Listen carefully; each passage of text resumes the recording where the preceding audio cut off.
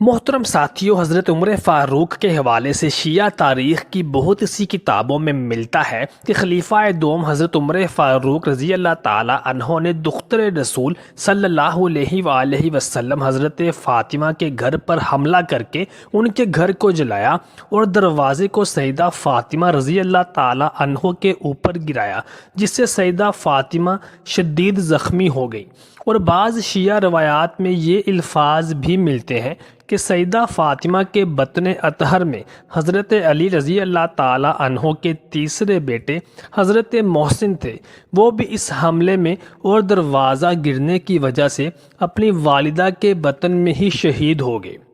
اس واقعہ کے حقائق کیا ہیں؟ کیا حالات اور واقعات پیش آئے جن کی بنا پر عشرہ مبشرہ صحابہ کرام علیہ اجمعین میں شمار ہونے والے عمر فاروق رضی اللہ تعالی عنہ کے کردار پر اس طرح کے الزامات لگائے جاتے ہیں؟ شیعہ اور اہل سنت کے مواخذ میں نقل ہوا ہے کہ یہ واقعہ حضور اکرم صلی اللہ علیہ وآلہ وسلم کی 28 صفر سن 11 ہجری کو رحلت کے بعد واقعہ ہوا، جس میں عمر بن خطاب رضی اللہ تعالی عنہ نے یہ دھمکی دی کہ اگر گھر والے باہر نہ نکلے تو اس گھر کو آگ لگا دیں گے۔ مگر اس کے پیچھے حقائق کیا تھے؟ خلیفہ دوم امیر المومنین حضرت عمر بن خطاب رضی اللہ تعالی عنہ نے سیدہ فاطمہ الزہرا بنت محمد صلی اللہ علیہ وآلہ وسلم کے گھر کو کیوں جلایا تھا، اور سیدہ فاطمہ بنت محمد صلی اللہ علیہ وآلہ وسلم کے گھر کے دروازے کو کیوں گرایا؟ حضرت عمر فاروق رضی اللہ تعالی عنہ پر لگائے جانے والے یہ الزامات کس بنیاد پر لگائے گئے، اور آخر ایسی کیا وجہ تھی کہ مسلمانوں کی ایک عظیم ہستی، کامیاب ترین خلیفہ اسلام امیر المومنین حضرت عمر فاروق رضی اللہ تعالی عنہ نبی کریم صلی اللہ علیہ وآلہ وسلم کے جانثار رفیق اور عشرہ مبشرہ صحابہ کرام علیہ اجمعین میں شامل ہونے والے عمر فاروق کی ذات اقدس پر اس قدر گھناؤنے اور بے بنیاد الزامات کس وجہ سے لگائے جاتے ہیں؟ آخر ان کے پیچھے کیا حقائق ہیں؟ اور تاریخ کے مختلف اوراق میں مختلف مصنفین اس بارے میں عمر فاروق رضی اللہ تعالی عنہ کی شخصیت کو کس زاویے سے دیکھتے ہیں؟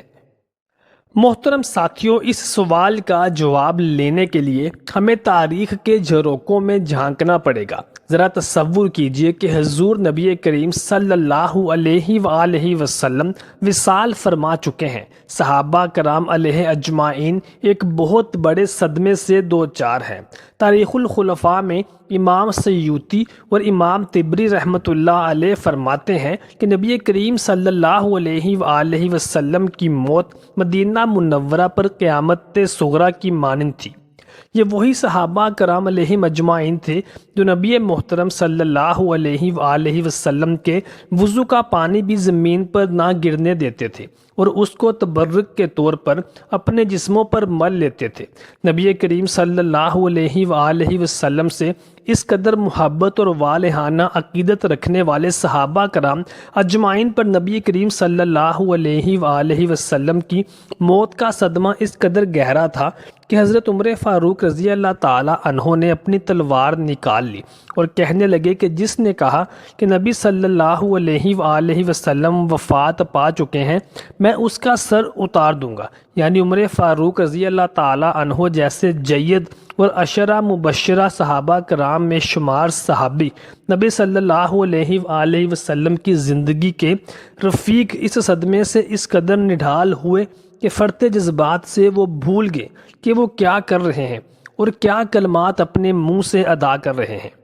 محترم ساتھیوں، انہی حالات میں سیدنا ابو بکر صدیق رضی اللہ تعالی عنہ کی خلافت کی بیعت ہونے لگی۔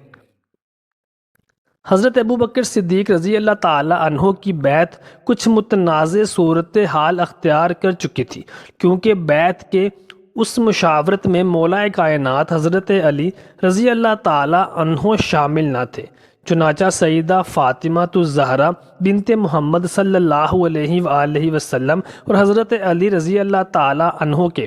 در اقدس پر صحابہ کرام علیہ اجمعین کا ایک اجتماع اکٹھا ہوا اور وہاں پر حضرت ابو بکر صدیق رضی اللہ تعالی عنہ کی خلافت کی بیعت لینے کے متعلق مشاورت ہونے لگی۔ محترم ساتھیوں، اس اجتماع میں اور مشاورت میں حضرت علی رضی اللہ تعالی عنہ نے ان صحابہ کرام علیہ اجمعین کو مدعو کیا تھا، نہ سیدہ فاطمہ رضی اللہ تعالی عنہ نے ان صحابہ کرام علیہ اجمعین کو اپنے گھر پر مشاورت کرنے کے لیے جمع ہونے کی دعوت دی تھی، بلکہ یہ صحابہ کرام علیہ اجمعین حضرت علی رضی اللہ تعالی عنہ کو نبی کریم صلی اللہ علیہ وآلہ وسلم کی اہل بیت کا سربراہ ہونے کے ناطے حضرت علی رضی اللہ تعالی عنہ کے گھر پر مشاورت کے لیے جمع ہوئے تھے۔ محترم ناظرین، ابن ابی شیبہ کی کتاب المصنف میں خلیفہ دوم حضرت عمر کے ہاتھوں حضرت فاطمہ الزہرا رضی اللہ تعالی عنہ کے گھر کو جلا ڈالنے کا واقعہ بیان کیا گیا ہے، مگر معاصر وہابی مصنف عبد الرحمن دمشقیہ نے اس روایت کی سند پر اعتراض کیا ہے اور اس روایت کی شیعوں کے بیعت فاطمہ رضی اللہ تعالی عنہ کو نظر آتش کیے جانے کے عقیدے پر دلالت کو باطل قرار دیا ہے۔ اس مطلب کے اثبات یا نفی کے لیے اس روایت کی سند و دلالت کا جائزہ لیں گے تاکہ پتہ چلے کہ یہ دعویٰ قابل اثبات ہے بھی یا نہیں۔ ابن شیبہ لکھتے ہیں کہ جب لوگوں نے حضرت ابو بکر صدیق کی بیعت کر لی تو حضرت علی اور زبیر رضی اللہ تعالیٰ عنہ اجمعین سیدہ فاطمہ سلام اللہ علیہ کے گھر میں بات چیت اور مشاورت کرنے کے لیے جمع ہوئے۔ یہ خبر عمر بن خطاب رضی اللہ تعالیٰ عنہ تک پہنچی۔ وہ بیت فاطمہ علیہ السلام پر آئے اور کہا، اے بنت رسول خدا صلی اللہ علیہ وسلم، ہمارے نزدیک محبوب ترین فرد آپ کے والد ہیں اور ان کے بعد آپ، مگر خدا کی قسم یہ محبت اس امر سے مانے نہیں ہے کہ اگر یہ افراد آپ کے گھر میں جمع ہوں تو میں حکم دوں گا کہ گھر کو ان کے سمیت جلا ڈالیں۔ ابن شیبہ لکھتے ہیں کہ سیدنا عمر فاروق رضی اللہ تعالی عنہ یہ جملہ کہہ کر چلے گئے۔ جب حضرت علی اور زبیر رضی اللہ تعالی عنہ اجمعین گھر واپس آئے تو سیدہ فاطمہ سلام اللہ علیہ نے حضرت زبیر اور علی علیہ السلام سے کہا کہ عمر میرے پاس آئے تھے اور اس نے قسم اٹھائی ہے کہ اگر دوبارہ تم لوگ جمع ہوئے تو گھر کو تمہارے سمیت جلا ڈالے گا۔ خدا کی قسم اس نے جو قسم کھائی ہے وہ اسے انجام دے دے گا۔ سیدہ زہرا سلام اللہ علیہ کے گھر پہ حملے کا واقعہ ثقیفہ بنی سعدہ کے واقعہ کے بعد خلافت ابو بکر کے لیے حضرت علی سلام اللہ علیہ کی بیعت حاصل کرنے کی غرض سے پیش آیا اور سیدہ فاطمہ الزہرا سلام اللہ علیہ کی شہادت پر تمام ہوا، اور یہ ایک ایسا مسئلہ ہے جو شیعہ اور اہل سنت کے درمیان آپسی تعلقات کے سلسلے میں کافی اثردار واقعہ ہوا ہے۔ شیعوں کی بعض ابتدائی مرجع کتابیں جیسے کتاب سلیم، اثبات الوصیہ، تفسیر عیاشی اور دلائل الامامہ میں اس حملے کی داستان اور اس کے اثرات نقل کیے گئے ہیں، جبکہ دوسری جانب اہل سنت و جماعت کی کتابوں میں دروازے میں آگ لگانے اور جناب محسن ابن علی سلام اللہ علیہ کے سقط ہونے سے انکار کیا گیا ہے، نیز اس کے راویوں کو بھی رافضی اور غیر موثق قرار دیا گیا ہے۔ تیسری صدی ہجری کے مورخ یعقوبی اپنی کتاب میں نقل کرتے ہیں کہ ثقیفہ بنی سعدہ کے واقعہ میں کچھ صحابہ کرام جیسے کہ عباس بن عبد المطلب، فضل بن عباس، سلمان فارسی، ابو ذر غفاری، عمار بن یاسر اور برا بن عازب نے ابو بکر صدیق کی بیعت سے انکار کیا تھا۔ 15ویں صدی کے تاریخ کے محقق سید مرتضیٰ عسکری کے مطابق جن لوگوں نے ابو بکر صدیق کی بیعت سے انکار کیا تھا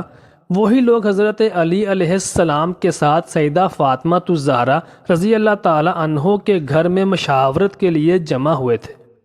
امام طبری کے مطابق حضرت طلحہ اور زبیر رضی اللہ تعالیٰ عنہ اجمعین بھی ان افراد میں شامل تھے۔ محترم ساتھیوں، اہل تشیع نے اس معاملے کی نزاکت کو سمجھے بغیر کمزور اور ضعیف راویوں کی ایسی کاذب روایات بیان کی ہیں کہ جن پر یقین کرنا عام مسلمان کے لیے بہت مشکل ہے، کیونکہ اگر حضرت عمر فاروق رضی اللہ تعالیٰ عنہ کے کردار پر یہ الزام لگایا جائے گا کہ انہوں نے رسول خدا صلی اللہ علیہ وآلہ وسلم کی بیٹی، جن کے لیے نبی صلی اللہ علیہ وآلہ وسلم نے ارشاد فرمایا کہ جس نے فاطمہ کا دل دکھایا اس نے میرا دل دکھایا، اگر عمر فاروق رضی اللہ تعالیٰ عنہ جیسی ہستی کے کردار پر یہ الزام لگایا جائے تو اس کے ساتھ ہی حضرت علی رضی اللہ تعالیٰ عنہ کی وجاہت اور بہادری پر بھی سوال اٹھتے ہیں کہ حضرت علی رضی اللہ تعالیٰ عنہ نے اس معاملے میں قیام کیوں نہ کیا،